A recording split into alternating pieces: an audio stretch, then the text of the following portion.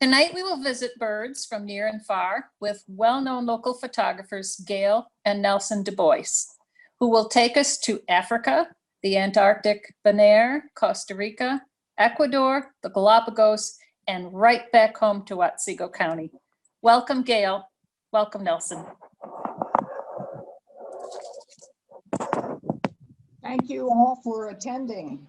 This is a new experience for us, and we are appreciative of those of you who are attending this session. I want to start out by saying that Nelson and I have been very fortunate to have traveled many, many places, and most all of our pictures, except for the local ones, have been taken through a photography group that is out of Washington, the state of Washington. And so it's particularly a group for photographers. So that's how most of our pictures are gotten. So we can start with our first slide.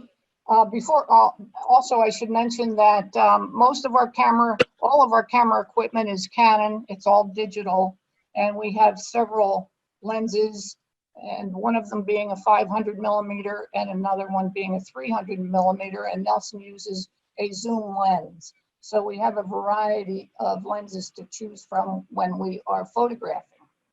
Okay, next slide. The first group are some of the birds we have taken right in our own yard. And these are just some of the more colorful birds that I have selected. Next.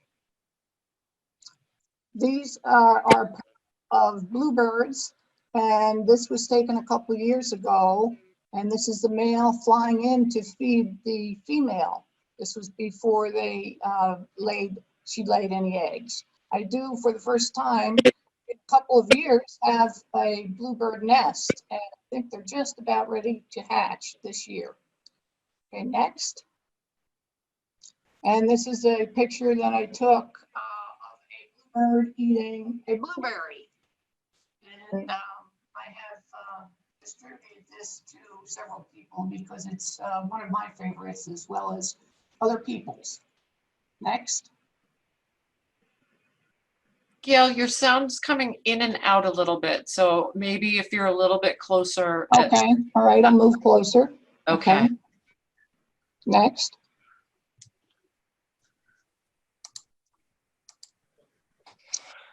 This is a sharp-shinned hawk that has residency in our yard and tends to harass many of the birds that are at our feeders. I have put up a fake owl to try and discourage him from coming near the bird feeders. And so far it seems to have worked. Next.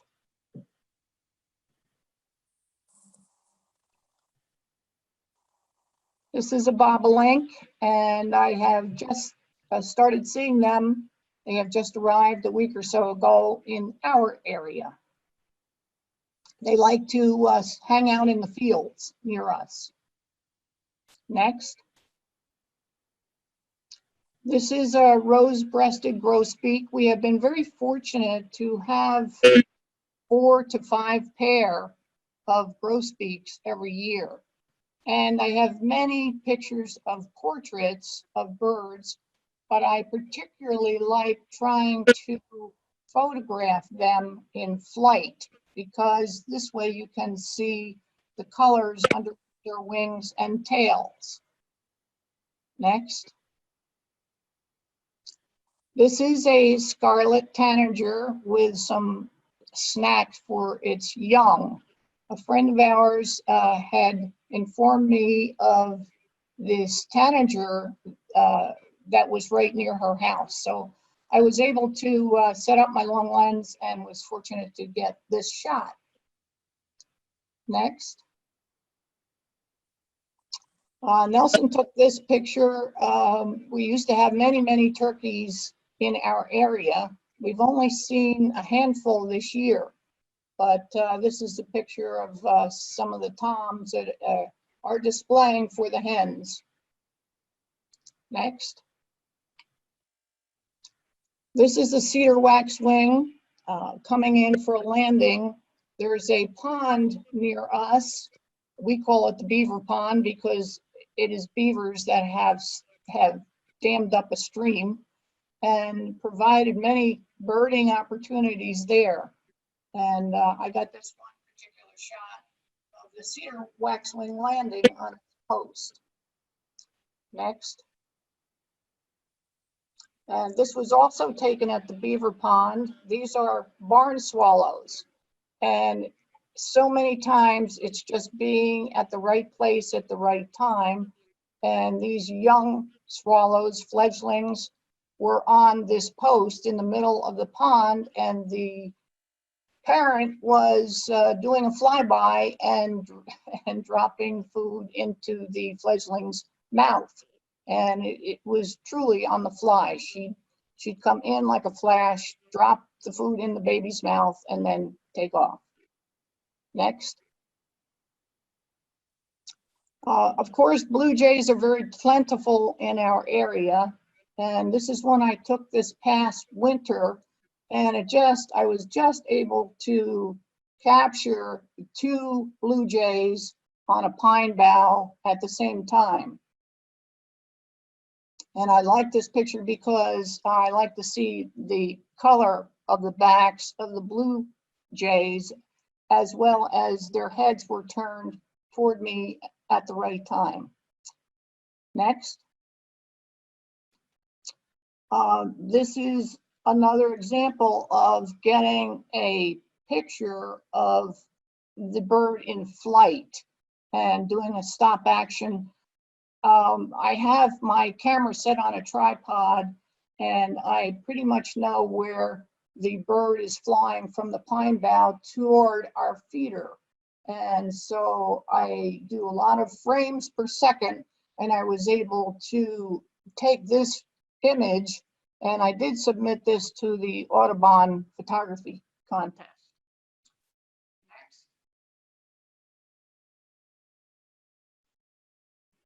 Next. Okay, this is also at the beaver pond, and Nelson took this picture. This is a Canada goose and 2 common mergansers, the male being the white with a dark head, and the female not looking anything like him. She has kind of a reddish head and white breast. Next. I have been so excited this year because I've had several Baltimore Orioles come in to our area within the last week to 10 days, I guess. And he's so colorful, and that's why I enjoyed taking pictures of him. Next. And another example of trying to get the bird in flight, and you can see the beautiful colors of yellow and black underneath his tail, which you might not see normally. Okay, next. Okay, so this will start a next section. Charlie, any questions? Yes, Gail. One of our participants has asked you if you could describe your yard. What kind of habitat do you have that attracts all these birds? I have a lot of wooded area in our yard. Our house sits up high on a hill, but we also have a wild rose bush that is not too far from the house, and this acts as protection for the birds. So I put the feeders not too far from the rose bush, so that if something does come along and threatens them, they all fly into this great big wild rose bush. Thank you. But we have 16 acres, and we do have lots of woods around us, but not right around the house. How far is the beaver pond from your house? That's only about 2.5 miles from our house.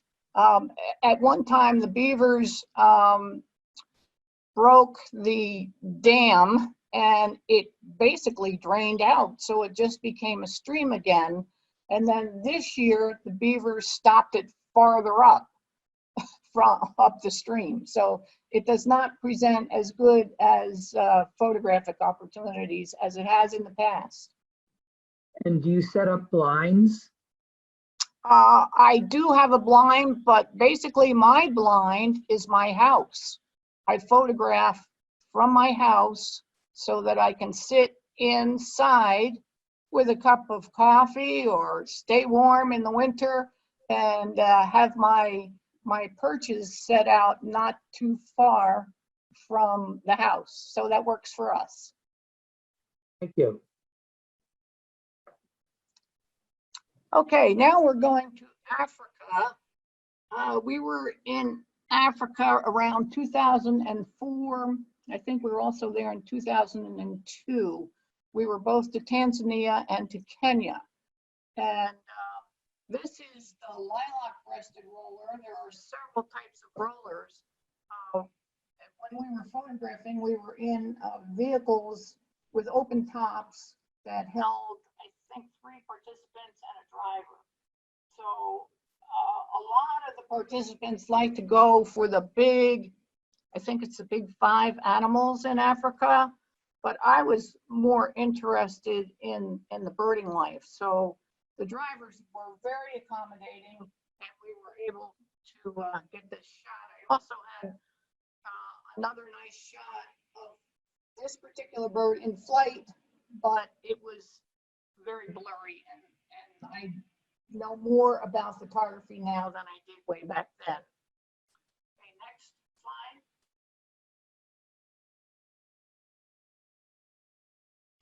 This is a vulturine guinea fowl, and he's not particularly handsome, but he does have long feathers on his breast, and he's pretty much stays on the ground. He's probably 2.5 to 3 feet large bird, and they can run like very fast.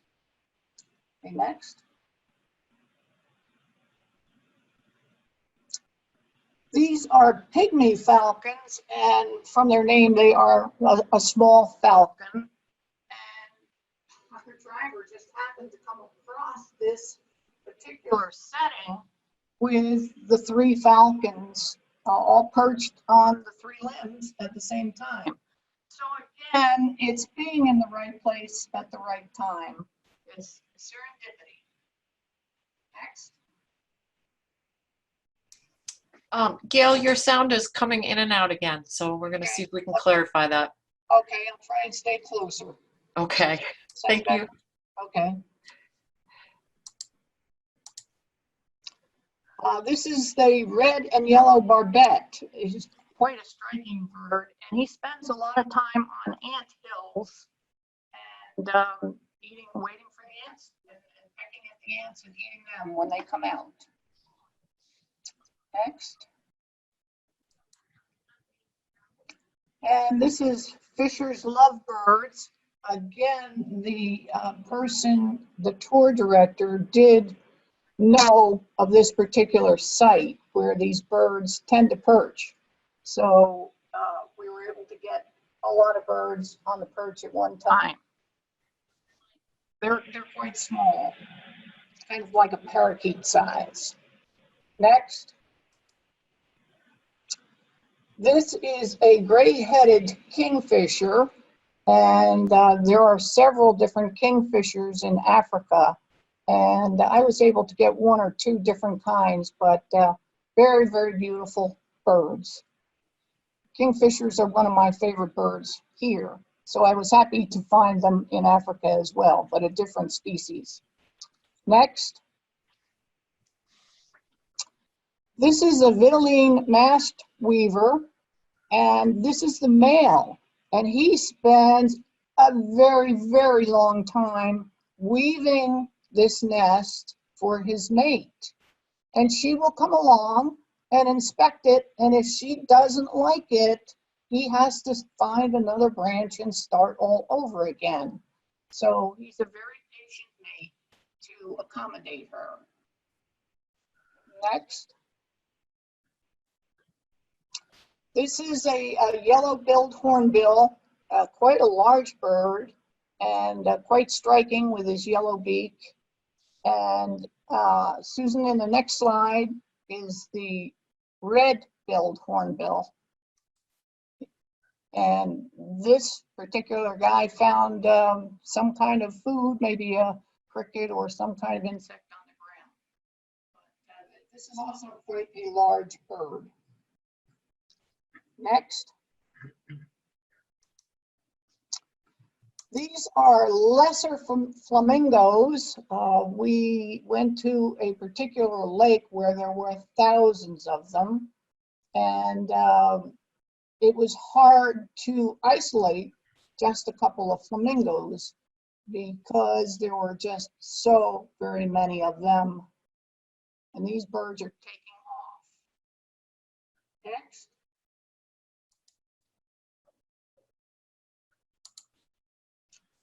This is the greater flamingo, as you can tell by the size, on the left, and the lesser flamingo on the right. Next. These are red-billed oxpeckers, and they like to go to animals and eat the bugs off of the animals, which the animals seem to appreciate. Next. These are little bee eaters, and the parent is the one in the air, and it was bringing food to its young, who are waiting for the parent to come in. Next. And this is a white-fronted bee eater, and he was quite a bit larger than the little bee eaters, but very pretty markings and colorations on him. You can see the red on its neck and the blue on the back. Again, this is the type of pose that I like, where I can take the back and hopefully the bird turns its head so you can see its head as well. Excuse me. Next. This is an African fish eagle, similar to our eagles, but quite a bit large, a little bit larger, not quite a bit, but a little bit larger than our eagle. And it obviously stays near the water and catches fish. Okay, next. These are gray-crowned cranes, and some people can see these in zoos, but it was kind of special to see them out in the wild. Beautiful birds. Next. This is a hoopoe, although it's spelled different, looks like it's supposed to be pronounced differently. It's pronounced hoopoe, and it's quite a striking bird. And at one point we saw it fly down from the limb and take a dust bath in the dirt. Next. So this will move us on to the next segment of the presentation.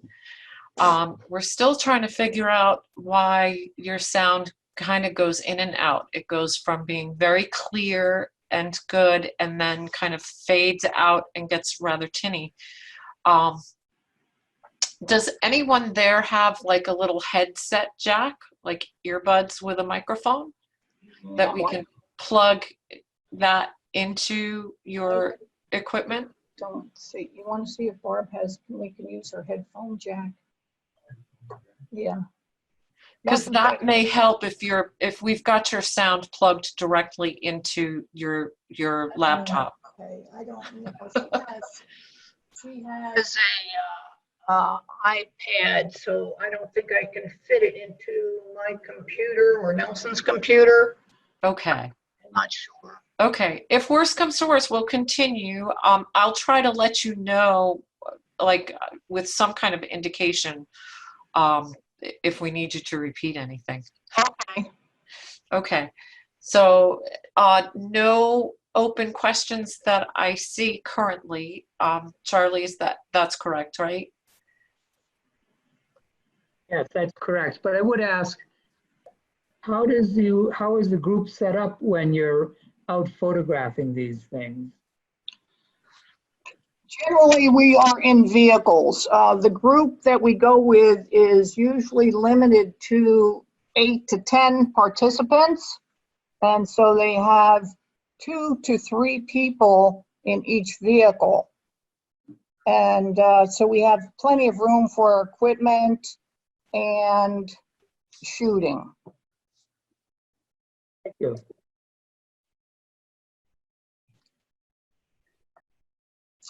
All right, this next group of pictures is from the Antarctic. And we were there several years ago, probably 4 to 5 years ago. And it was a 2-week trip. And we flew down to Chile and then boarded a boat and a ship and then went down to the Antarctic that way. Okay, next. These are king penguins, and from the ship, we boarded Zodiacs, which are like a big rubber boat. And then we went on to land where the birds were. And these penguins were on this one particular island, and they were many, many king penguins. And if you go to the next slide, please. This is what we were able to see. We had to climb up on a hill to get this wide angle shot. And I think that they had told us there were approximately 10,000 penguins, king penguins on this island. Okay, next. And these 2 king penguins were doing an egg exchange, although we never did see the egg exchange because we waited for a long time. But this is what they do. One parent shifts the egg to the other parent so that it can go out and feed. Next. These are Gentoo penguins. And this is a parent with 2 youngsters following it and begging for food. But the youngsters are big and fluffy and almost should be on their own at this point, but they're still pestering the parent. Okay, next slide. And this is an Adelie penguin, and this was a young penguin that was losing its fur and getting its adult fur, but it thought it was pretty comical shot with just a little fur on its top of its head.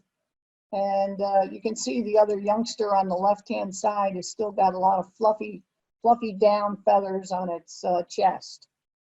We did not see too many Adelie penguins when we were there because they had gone out already in the ocean. Next. And this is another different type of penguin. This is called the chinstrap penguin, and you can see why it is named that because of the line underneath its chin. And again, we didn't see very many of the chin straps, and most of the penguins that we did photograph were kings. Okay, next slide. And this just shows you the difference between a king penguin and a chinstrap penguin. You can see the difference in size. Next. And this is another type of penguin called the macaroni penguin.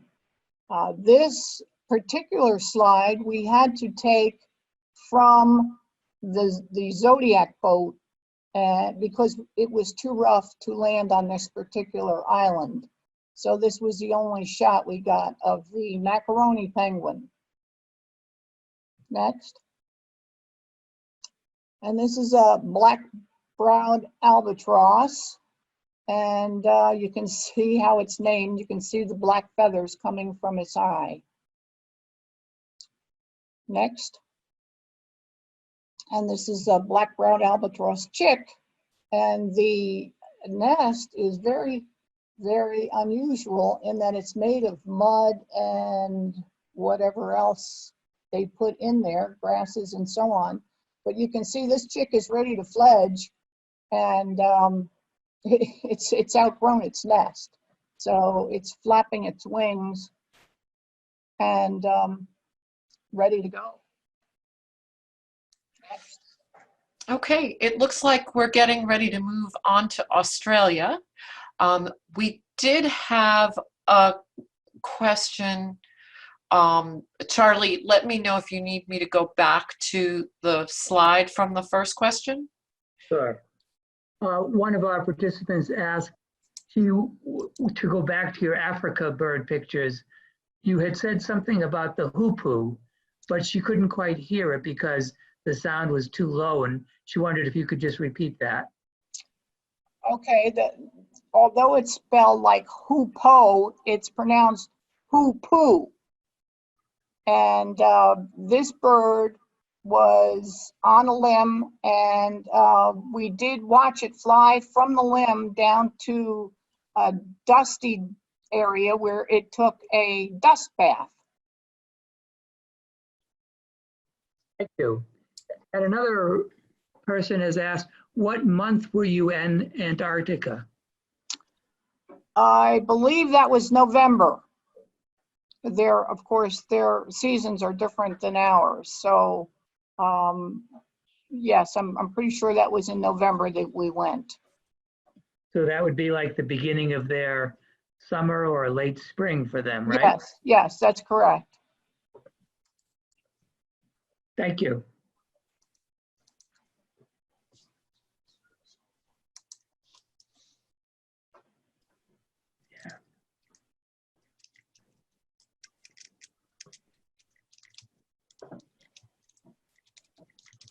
Okay, now we're going to Australia. And this trip was taken quite a long time ago. It was the only trip that this particular tour company ran, so we were excited to go there. And I guess we were the only time that they ever continued this. They did not continue this trip to Australia. But we loved Australia, and we visited several different places, but we flew into Melbourne, and then we took buses to several different places on the eastern coast. Next. This was taken up in Lamington National Park, which is a rainforest, and we stayed in an area where they fed the birds. And there was also a guide there that was able to call the birds as well. So this is Lewin's honey eater. Next. And this is the Australian king parrot. Very beautiful colored bird. Next. This is the eastern yellow robin, and looks similar to ours, but is different coloring.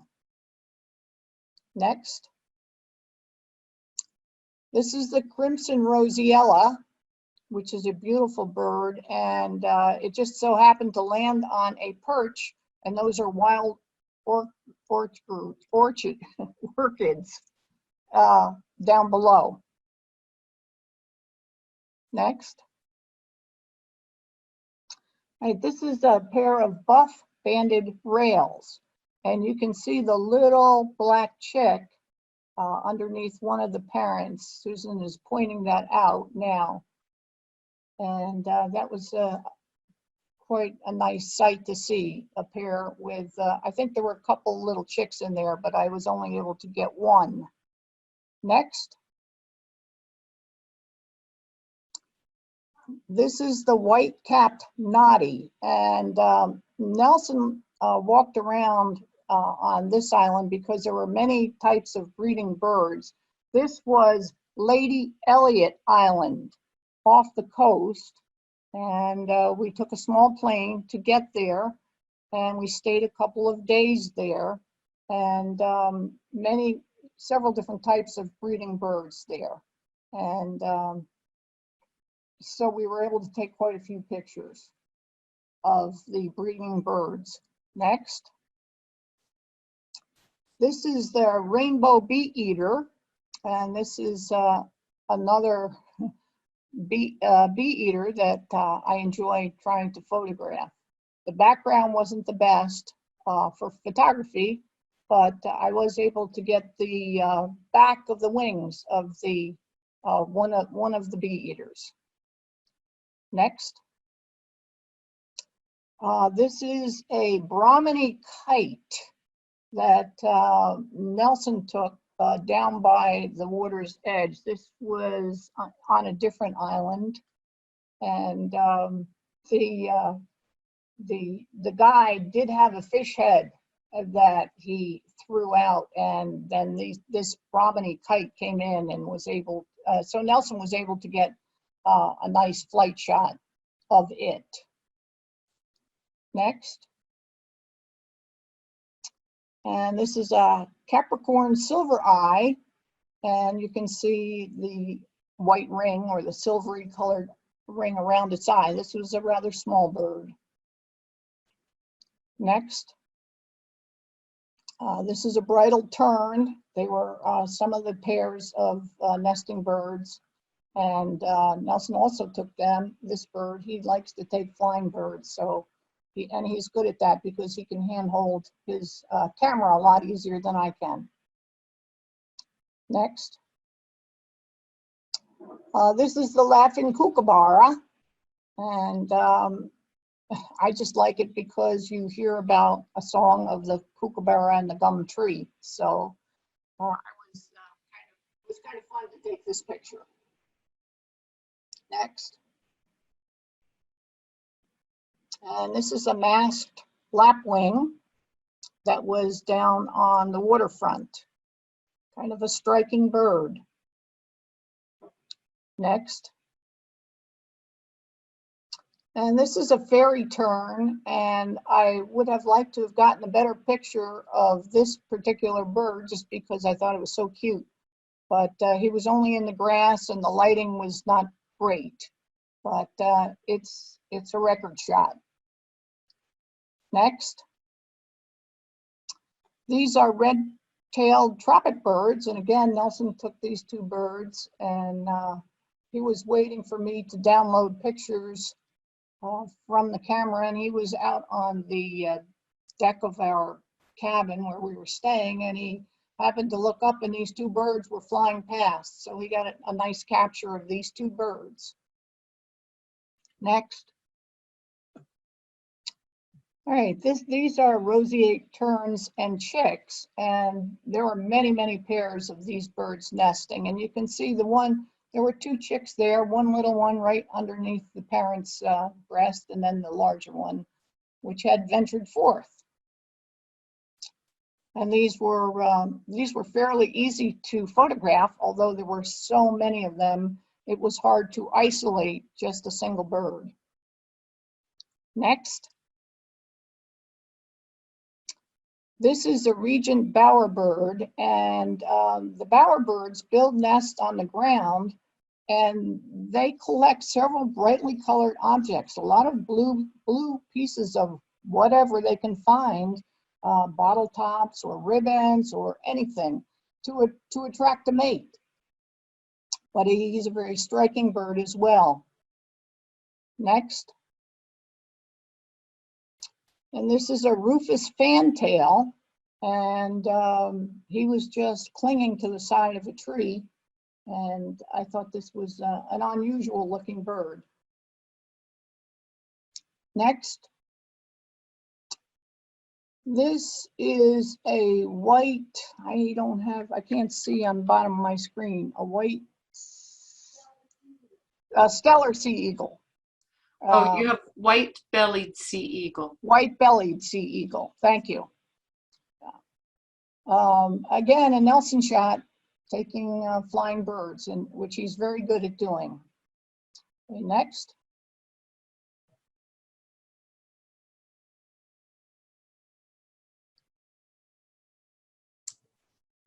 We'll do any questions to date, and then we'll continue. Oh, one person is wondering, what travel outfits have you gone with? Basically just one, and it is the Joe Van Os Photo Safaris. And this group is out of Washington, and we were due to go with them again in July to Brazil to photograph jaguars and the other bird life that's down there. But because of the virus situation, that has been canceled. And apparently the virus is very, very bad in Brazil right now. They apparently got it after we got it in the United States. What months were you in Australia, Gail? Oh, let's see. Boy, that's a good, hard to remember. I think again, it was the opposite of our summer. So I think it was in February, January, February. During what year? I can't remember. Maybe 5, 6 years ago. Okay, thank you. Our next group of pictures is from Bonaire, which is an island in the Caribbean. It is one of the ABC islands, Aruba, Bonaire, and Curacao. And we like Bonaire because it had some bird life there. This is a long neck stilt, and this is probably a commoner in I think California and some of the other places in the United States. Yeah. Next. These are Caribbean parakeets, and they like the flowers of the cactus, and it's very sticky, so all of the flower material sticks to their beaks. But they're fairly plentiful there in Bonaire. Next. And this is a snowy plover, which of course, I've also taken pictures of the snowy plover down in Florida. Next.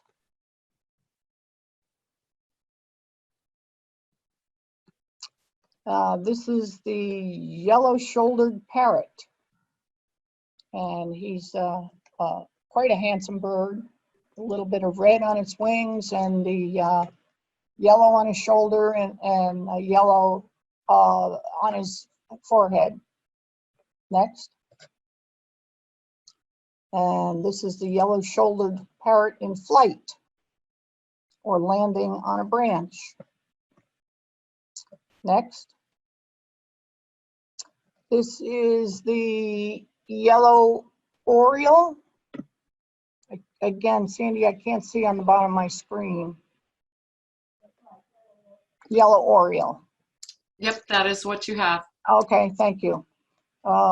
Yes, it's very similar to our oriole, a little bit different coloration.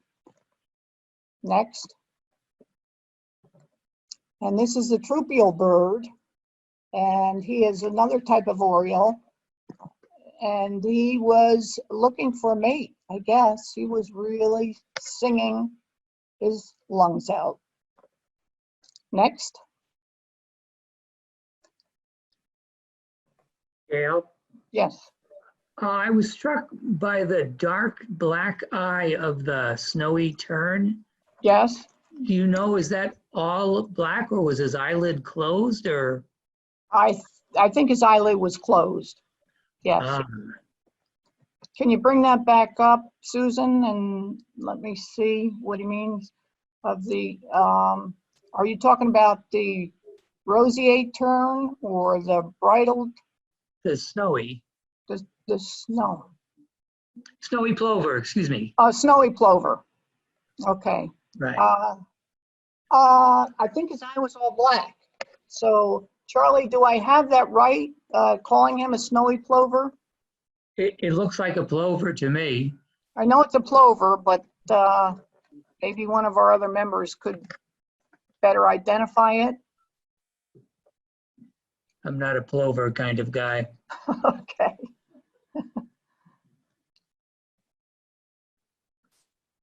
Thank you.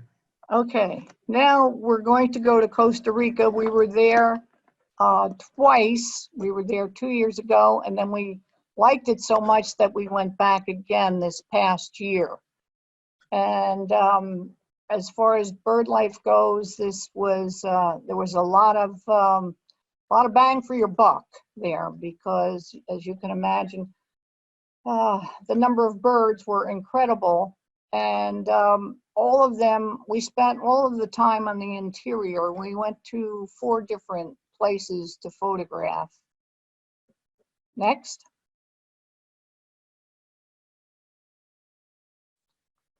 This is the chestnut colored woodpecker. And he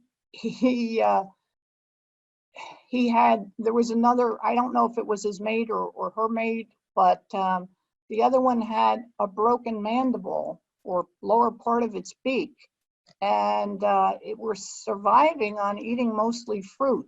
But this guy was a perfect specimen. Next.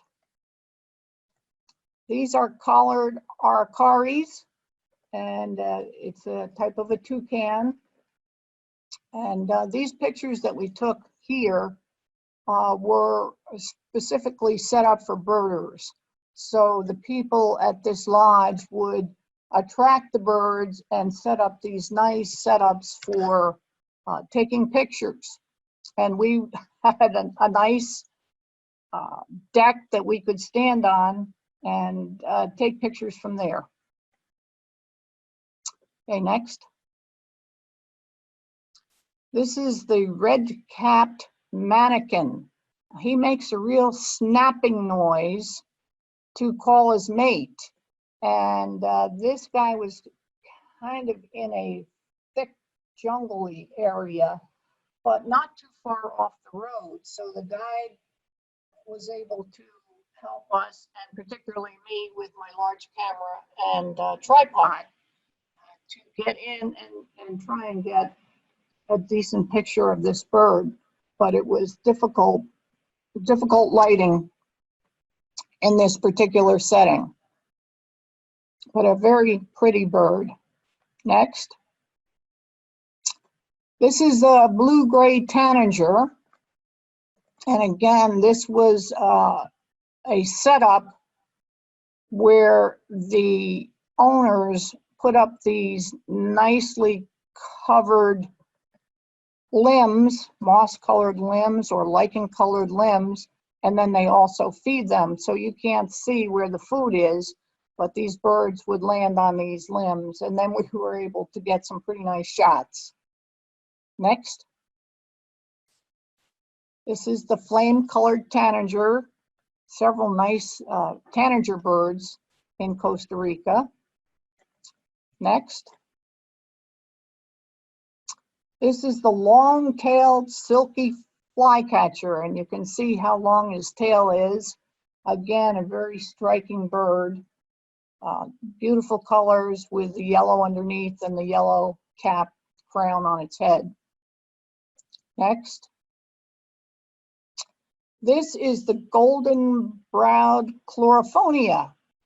I was really lucky because I was one of the few people that was able to capture this bird.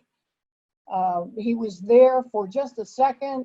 Our leader said, "Look over there," and there this gorgeous bird was. Of course, I love greens and yellows and blues. So he was there. This is the male, and the female is similar, but not as striking, of course. And then he took off, and I was one of the few people that was able to get it. So I was very happy. Next, long-tailed silky flycatcher again. Next. You're going back. You went the wrong way. Blue-grade tanager. Next. Sorry about that. I think I did go the wrong way. Okay. Repeat. There we go.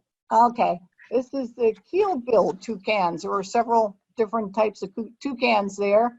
I think most people know this bird as the Fruit Loop bird, the toucan that you see on the Fruit Loop cereal package.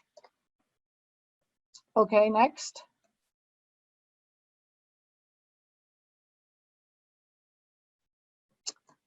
We had several opportunities to take hummingbirds, and this was a total setup, and our leader had several strobe lights set up on a deck and placing the flower with nectar in it, and then these hummingbirds would fly in. And this was called an armchair shoot because basically you could use a remote control on your camera, and you could just sit there and have a cup of coffee or a glass of wine and shoot away and hope that you got something, which we got several nice shots of hummingbirds.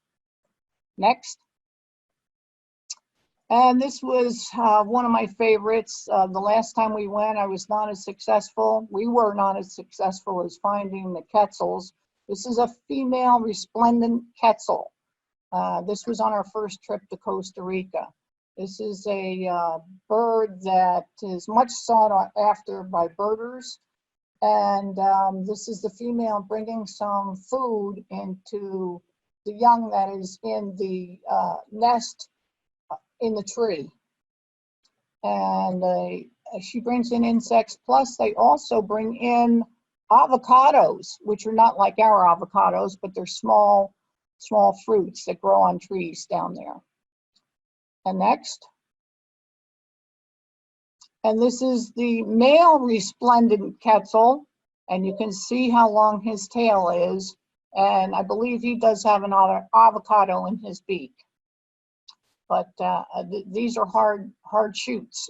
You have to walk quite a bit with your camera equipment. You don't have anybody carrying it for you, except for Nelson. And then by the time you set up, and you might have to wait 20 to 30 to an hour, hour and a half between the bird coming into the nest. And then you might only have a shoot there for 2 hours because it's been booked by other groups to come in. So you're pretty happy if you can get a couple good shots. Okay, next. Okay. Let's see. Yes.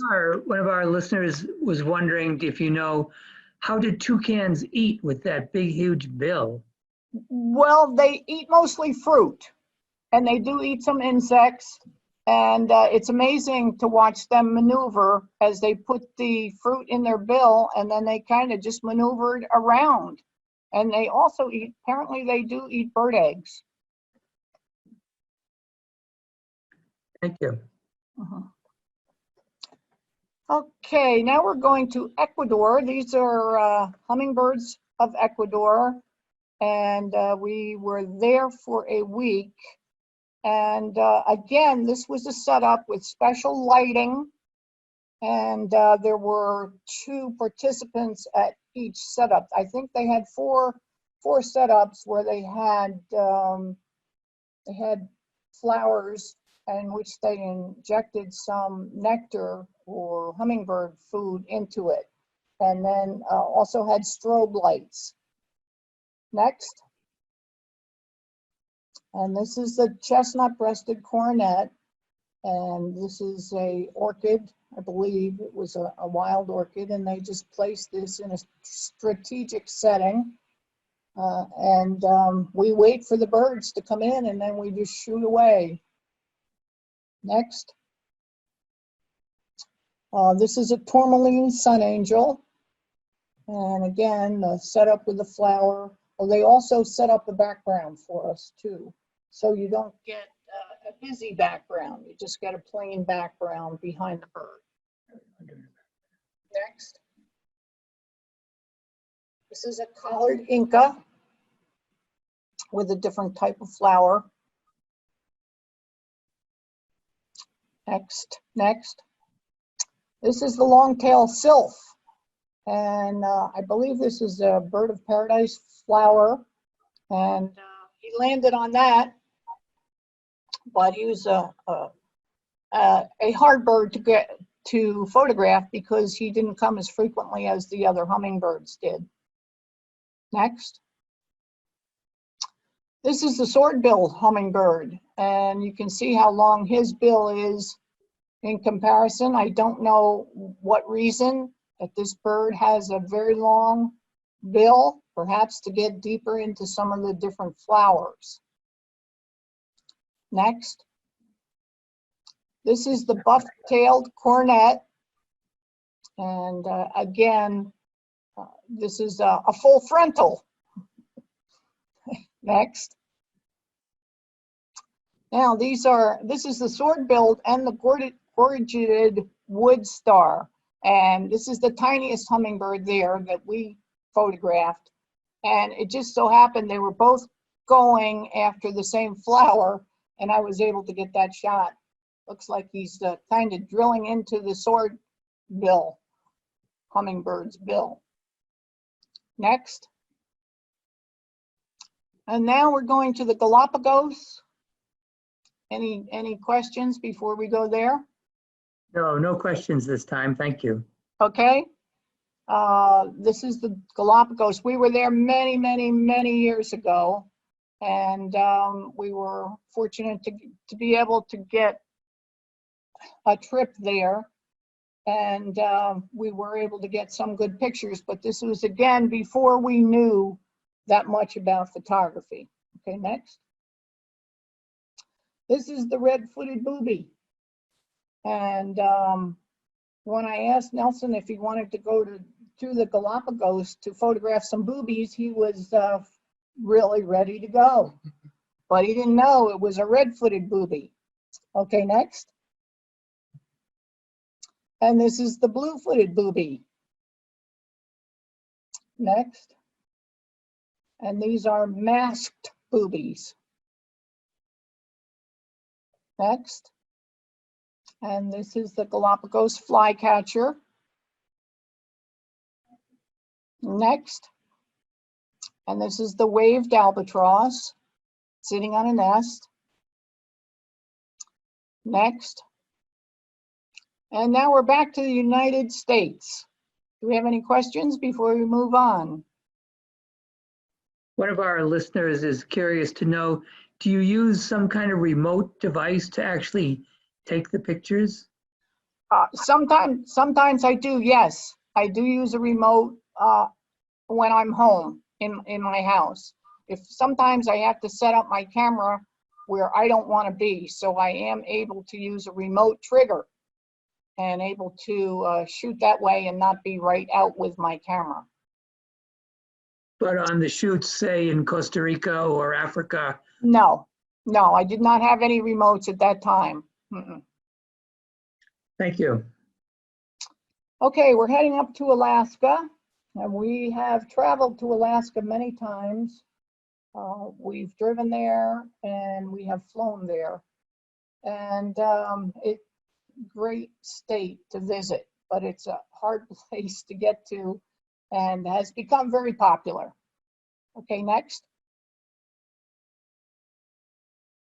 This is an eagle, and eagles are very plentiful up there. This was taken in Haines, Alaska, and this was along a river site where the salmon come up to spawn. And We were standing underneath the tree at one time where there were several eagles perched in the tree, and all of a sudden one let loose and I had bird droppings all over me and the camera. So it's best to make sure that you don't park underneath the tree when you're trying to photograph several of these large birds. Okay, next. These are the birds out on some dead snags out by the water. One of these is an immature eagle, the one at the top, and the others are more mature. This was a trip where we flew into Haines, and we were stuck there over Thanksgiving because the weather turned bad, because they only fly these small planes by when the weather is good. Next. This is a hawk owl. This was an unusual bird for me to see. Okay, next. And these are harlequin ducks out on a sand spit or gravel pit rather, in Denali National Park. Next. This was a trip that we took to the Pribilof Islands, which is off the coast of Anchorage in the Bering Sea. And again, you fly there only if they can fly. You get there only if they can fly, if the weather is good. And we had to climb up this in my younger days, I had to climb up this cliff or this hilltop in order to get the birds, which are over a cliff. And Nelson did most of this photography because I'm not real fond of heights. So he was able to get these thick-billed murres. Next. And this was a willow ptarmigan in the summer and spring. And the next slide will show the ptarmigan in the winter, how they blend in with the snow. Next. This is the horned puffin. And he's named, I guess, because of the feathers coming out of his eye. Again, on a cliff side, and Nelson was good at taking these types of pictures. Next. And these are tufted puffins. You can see the little tufts coming off the top of their head. Okay, next. Now we're going to birds of Bosque del Apache, New Mexico. Charlie, do we have any questions before we move on? No, no questions. Thank you. Okay, all right. This is a national park in Bosque del Apache in New Mexico, and it is known for the snow geese migration. And these are two snow geese just happen to be in the same flight. It looks like one on top of the other, but they're really not. Next, thousands of snow geese, and here's a picture of early morning as the sun is coming up, and you can see the many thousands of geese that are in the water. They do spend the night in these shallow ponds to protect them from predators.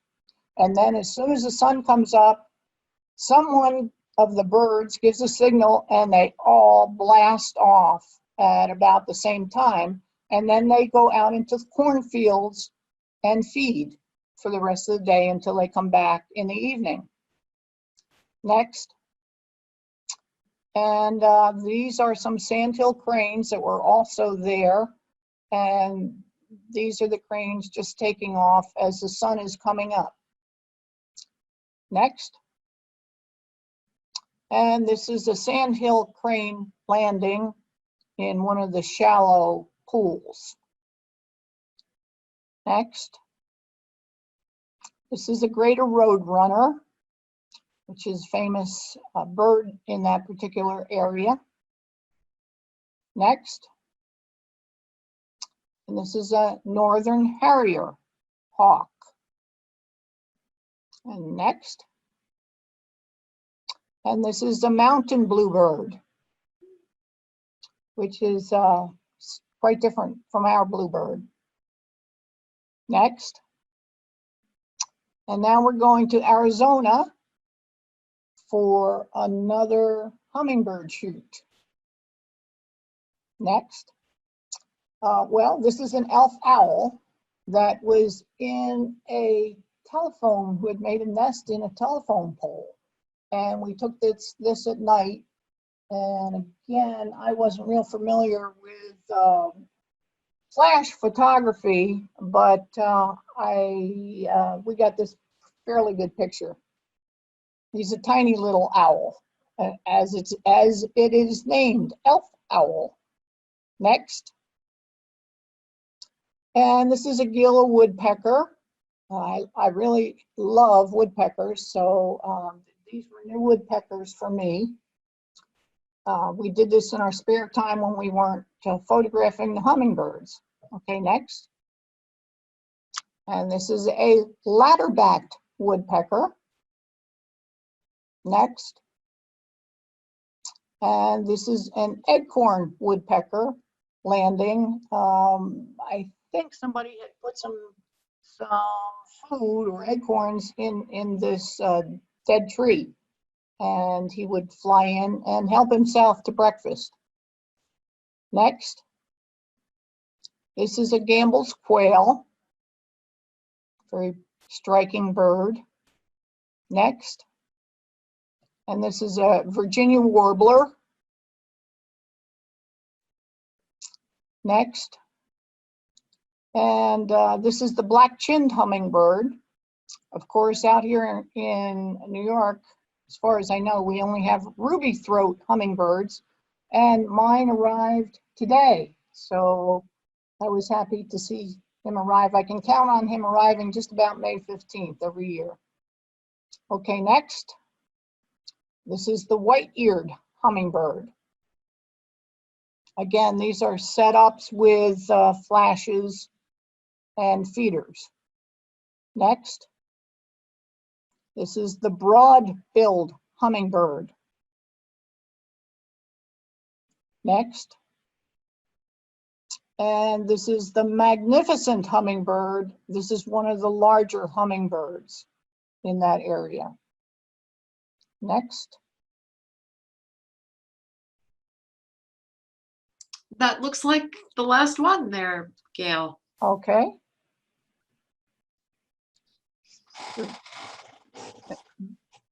Do we have any further questions? I don't have any, Gail. Thank you. Okay. Thank you. And Thank I you, think, Sandy and Charlie. yeah, I think Susan. Becky has a couple of final words. Okay. So much, Gail and Nelson, for sharing your time, your talents, and your wonderful experiences with us this evening. It was a wonderful trip around the world. Thank you also for your willingness to transition into this digital experience. Much appreciated. Thank you very much. And normally at this time is when we go have cookies and coffee and snacks. So go enjoy, virtually enjoy your snacks and your drinks. Fantastic. Thank you, Charlie Scheim and Sandy Bright, for being our moderators this evening. Special thanks to Susan O'Handley for guiding all of us into this new digital realm. And special thanks to everyone for attending this evening.